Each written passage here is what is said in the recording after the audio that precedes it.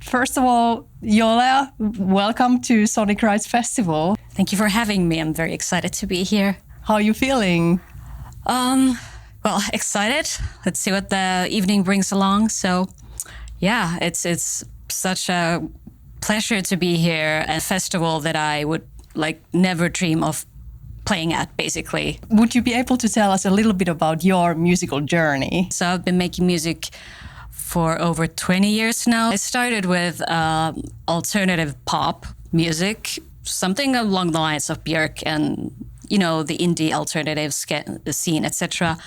And then about 5 or so years ago, I stopped singing and I started making ambient music and more electronic sort of an emotional electronic music. And I wanted to find a new way of sort of connecting with the listeners. So, so here's where I'm at right now at Sonic Rites Festival. This is where my ambient journey has brought me. So really glad about that. That's wonderful. And what was the turning point that you decided to kind of ditch vocals and go towards more ambient? The prompt came from someone that I was kind of booked to this ambient event and I had nothing to play.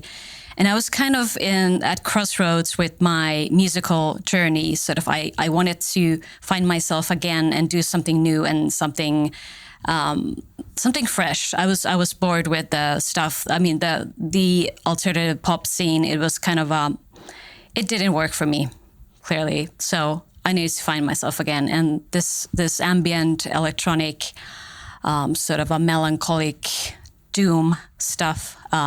This is where I find myself again. That's so nice. And it feels like, at least for me, I think ambient music, it's an everlasting journey. It's like an adventure where you can go and explore. Is it just like for you as well? Yeah, it's very it can be very avant-garde and very experimental as well. It has no rules, so I can do whatever I want. I can use what sound I want. And for myself, especially, I always try to make myself remember the fact that there are absolutely no rules. I can use whatever, and I can also use beats if I so wish, even though it's ambient, but I use them very sparingly. Because you are clearly also a very talented producer, so not just a music maker. I mean, because ambient music is it's kind of very technical as well. Yeah. And did it take you long to kind of get your head around with all the nuts and bolts? Well, I actually have a degree on music production. That's where I got sort of my start in all of this sort of more technical stuff. I also have a very vast home studio that I still sort of keep expanding as long as there's room. I've seen some pictures on YouTube and it looks remarkable. Yeah, there's a lot of stuff, but honestly, I need to get rid of some stuff as well. So I'm not using all of it. And I have to admit that I use mostly software these days because that gives me the freedom to do music anywhere, at any time. So I can just take my computer or whatever. And I record a lot of ambient sounds and use those and sample that stuff and use that in my music as well. Have you produced music for other people as well? In the past, I've worked as a studio engineer and done more of that side. And then I've also created remixes for other artists, but it's mostly just my stuff that I sort of release.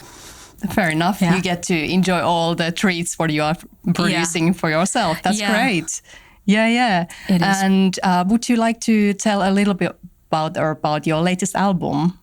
Yes, Grand Nada, so the great void or the great nothingness. So it's kind of a bleak album, I have to say. It's a concept album. It's about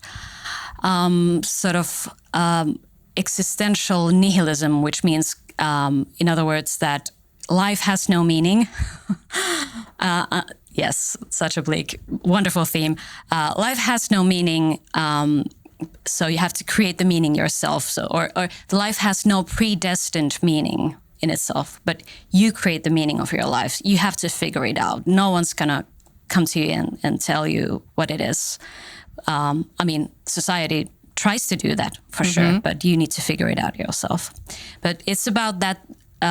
It's like a sonic journey through this sort of what's that word again? Sort of getting that awareness, getting into that void, staring directly at the void, and figuring out for yourself, like, what is the meaning of life for me.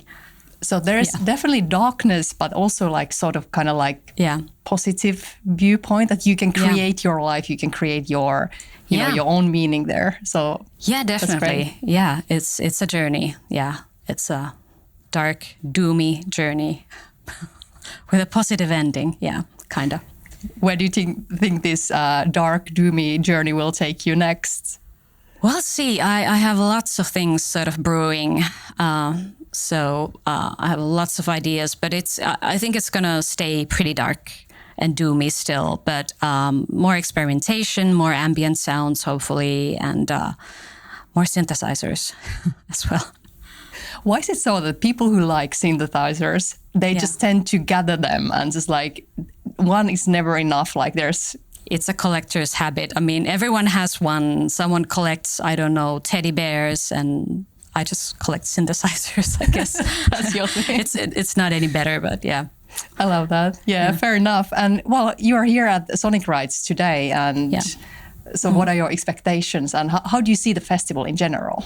I'm very excited for the festival, very excited for the gig and all the other artists. I think the lineup is fantastic this year. But it's going to be very interesting to see how my material flows sort of next to all these other bands and other stuff that is playing, because there's a lot of like punk and very heavy metal and lots of heavy stuff. So it's going to be interesting to see how people will respond to that kind of music. I think it's going to be great. You know, like the versatility makes it, you know, important here, and you know, it's going to be great. And well, actually, I want to thank you for your time. This is great. Thank you for sharing a bit about your journey, and I hope everything goes awesome tonight. Thank you. It was my pleasure to be here.